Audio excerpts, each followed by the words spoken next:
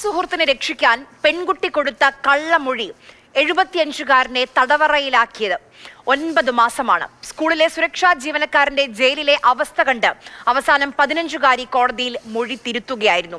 ഇന്നിപ്പോൾ ആ ദുരനുഭവം നമ്മളോട് തുറന്നു പറയാൻ 285 ദിവസം ജയിൽവാസം അനുഭവിച്ച MJ ജോസഫും അദ്ദേഹത്തിന്റെ അഭിഭാഷകൻ P ബൈജുവും നമുക്കൊപ്പം അതിഥികളായി ചേരുന്നുണ്ട്. ആദ്യം നമുക്ക് MJ ജോസഫിലേക്ക് പോകാം.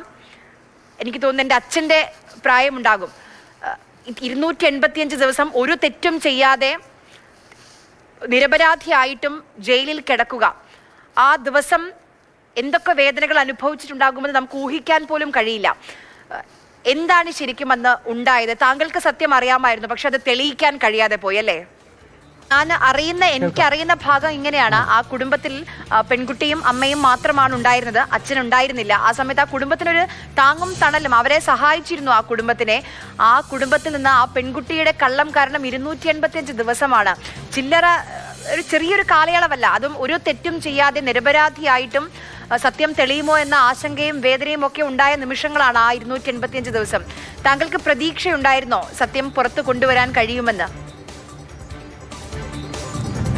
പ്രതീക്ഷ ഉണ്ടായിരുന്നു. പിന്നെ കുട്ടി മനഃപൂർവ്വം പറഞ്ഞതെന്നുള്ള ആണെന്നാണ് എൻ്റെ വിശ്വാസം. ഇപ്പോഴും എനിക്കില്ല.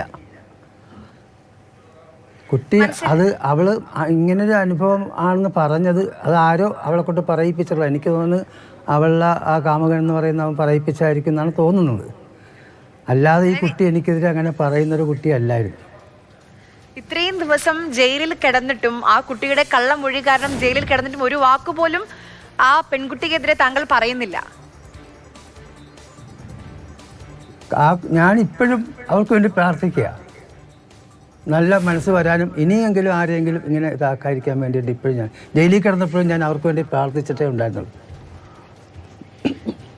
ഇങ്ങനെ കേൾക്കുമ്പോൾ തന്നെ എൻ്റെ കണ്ണ് നിറയുന്നുണ്ട്. ഇത്രയും കാലം നമ്മൾ ചെയ്യാത്തൊരു കുറ്റത്തിന് ജയിലിൽ കിടക്കുക, എന്നിട്ട് ആ കുട്ടിയെ ഒന്ന് ചെറിയ രീതിയിൽ പോലും കുറ്റപ്പെടുത്താൻ താങ്കൾ തയ്യാറാകുന്നില്ല.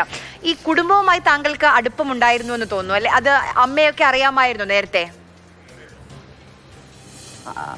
ഇല്ല, സ്കൂളിൽ വെച്ച് ഈ കുട്ടി തന്നെ എന്നെ പരിചയപ്പെടുത്തുന്നത്. നിങ്ങൾ വളരെ നിർധന കുടുംബമായിരുന്നു, പട്ടിണിയൊക്കെ കിടക്കുന്ന കണ്ടുകൊണ്ട് എന്നോട് പറഞ്ഞപ്പം വിശന്ന് ആഹാരം കഴിക്കാൻ നിവൃത്തിയില്ലെന്ന് പറഞ്ഞപ്പോഴത്തേക്ക് ഞാൻ ആദ്യം കൊടുത്ത സാധനങ്ങളൊക്കെ വാങ്ങിച്ചു കൊടുത്തതെന്ന് അങ്ങനെ ഒരു സഹായിച്ചതാണ് എനിക്ക് പറ്റിയത്. ആ തള്ള നല്ലൊരു സ്ത്രീയാണ്, അവർ ഗ്രാജുവേറ്റുമാണ്, വീട്ടു ജോലി ചെയ്യുന്ന ഒരു സ്ത്രീയാണെന്ന് മാത്രമേ ഉള്ളൂ. പക്ഷേ അവർ അങ്ങനെയുള്ള ഒരു നിലപാട് അവരുടെ ഭാഗത്തു നിന്നൊന്നും വരത്തില്ല, ഈ കുട്ടിയുടെ ഭാഗത്തും വരികയില്ല. അവൾ ആരോ പ്രേരിപ്പിച്ചിട്ട് അവൾ മൊഴി കൊടുത്തിട്ടുള്ളതാണെന്നാണ് എൻ്റെ വിശ്വാസം. അതായത് താങ്കൾക്ക് ഇവരെ പരിചയം മാത്രമല്ല, അവർക്ക് ഭക്ഷണവും, അതായത് അത്രയും ഒരു താഴ്ന്ന കുടുംബത്തിൽ നിന്നാണ് ആ പെൺകുട്ടിയും അമ്മയും. അച്ഛൻ ഇല്ല, അപ്പൊ അവരെ സഹായിച്ചു, അവർക്ക് ഭക്ഷണം അടക്കം വാങ്ങി കൊടുത്തത് താങ്കളാണ്. ആ താങ്കളാണ് ഈ കള്ളമൊഴി കാരണം അകത്ത് കിടക്കേണ്ടി വന്നത്. അതെ, അതില് ഞാൻ പറഞ്ഞില്ലേ, എനിക്കതിൽ ദുഃഖമുണ്ട്. ഞാൻ ജയിലിൽ ചെന്നപ്പോഴൊക്കെ ഈ ദുരനുഭവം ഉണ്ടായപ്പോഴൊക്കെ മറ്റുള്ള തടവുകാരുടെ കൂടെയൊക്കെ ഞാൻ കിടക്കേണ്ട ഒരു അവസരം വന്നപ്പോൾ എനിക്കുണ്ടായ ഒരു പ്രയാസങ്ങളൊക്കെ അതിനി ഒരിക്കലും തിരിച്ചു വരാതിരിക്കട്ടെ എന്നുള്ള പ്രാർത്ഥനയാണ്. അതനുഭവിച്ചതൊക്കെ എനിക്ക് ഏറ്റവും വലിയ എന്താ. പിന്നെ എനിക്ക് തടവുകാരുടെ നിന്നും മറ്റു അവിടുത്തെ ഓഫീസർമാരുടെ നിന്നും എനിക്ക് മറ്റൊരു ചീത്ത വാക്ക് പോലും എന്നെ വിളിപ്പിച്ചിട്ടില്ല, കേട്ടിട്ടില്ല ഞാൻ. ഇത് കഴിഞ്ഞിട്ട് ഈ ഒരു അന്വേഷണത്തിൽ ഏതെങ്കിലും കാലയളവിൽ ഈ പെൺകുട്ടിയുടെ അമ്മ താങ്കളെ കണ്ടിരുന്നോ? അമ്മയോട് താങ്കൾക്ക് സംസാരിക്കാൻ കഴിഞ്ഞിരുന്നോ? ഇല്ല, സംസാരിച്ചിട്ടില്ല, കണ്ടിരുന്നില്ല. കാണുമെങ്കിൽ സംസാരിക്കുന്നുമില്ല. കോടതി വന്നപ്പോൾ മൊഴി കൊടുക്കാൻ വന്നെന്നാണ് ഞാൻ കാണുന്നത്. ഞാനൊരു കാര്യം ചോദിച്ചോട്ടെ, ഇപ്പൊ ഈ വിചാരണ കോടതിയിൽ ഈ കുട്ടി മൊഴി മാറ്റിയിരുന്നില്ലെങ്കിൽ എന്താകുമായിരുന്നു എന്ന് ആലോചിച്ചിട്ടുണ്ടോ? അത് ശിക്ഷിക്കുമായിരുന്നു. അങ്ങനെ ചിരിച്ചു പറയാൻ പറ്റുന്ന ഒരു കാര്യമാണോ അത്? മാറ്റിയില്ലായിരുന്നെങ്കിൽ അതിൻ്റെ അല്ല, ഞാൻ ചിരിച്ചു പറയുന്നതല്ല. ഞാൻ എൻ്റെ ഉള്ളിൽ കരയുമ്പോഴും പുറമെ ഞാൻ ചിരിക്കാറുണ്ട്. ഒരുപാട് അനുഭവങ്ങൾ, ദുരനുഭവങ്ങൾ താഴ്ന്നിട്ട് വന്നവനാണ് ഞാൻ ഈ ഇത്രയും പ്രായത്തിനുള്ളിൽ. 12 വയസ്സിൽ സ്കൂൾ വിദ്യാഭ്യാസം നിർത്തി, കുടുംബാന്വേഷിക്കാൻ നിർത്തി, ഭർത്താവ് മരിച്ചുപോയ ഒരു സഹോദരൻ 2 മക്കളും പെൺമക്കളുണ്ടായിരുന്നു. അവരൊക്കെ ആയിട്ട് പോയിട്ട് അവരൊക്കെ വളർന്നു. എൻ്റെ മക്കളെ വളർന്ന് അവരൊക്കെ ആയി. എന്നാൽ ഇപ്പോഴാണ് ഞാൻ ഇച്ചിരി സമാധാനമായിട്ട് വന്നത്. അപ്പോഴാണ് ഈ ഒരു ഇതിങ്ങനെ വന്നത്.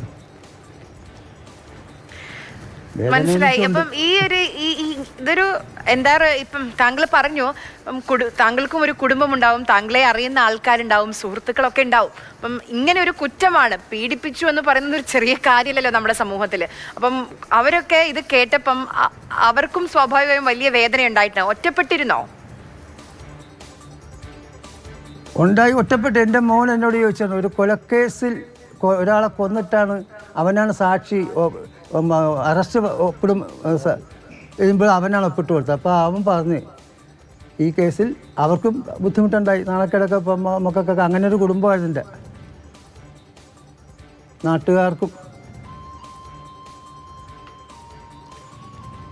മനസ്സിലായി. സംസാരിക്കാൻ താങ്കൾക്ക് ബുദ്ധിമുട്ടുണ്ട്. എനിക്ക് തന്നെ അറിയില്ല എന്താ ചോദിക്കണേ. ഇപ്പോഴും ആ പെൺകുട്ടിയുടെ അമ്മയെ ഒരു വാക്കുകൊണ്ട് പോലും താങ്കൾ വേദനിപ്പിക്കുന്നില്ല.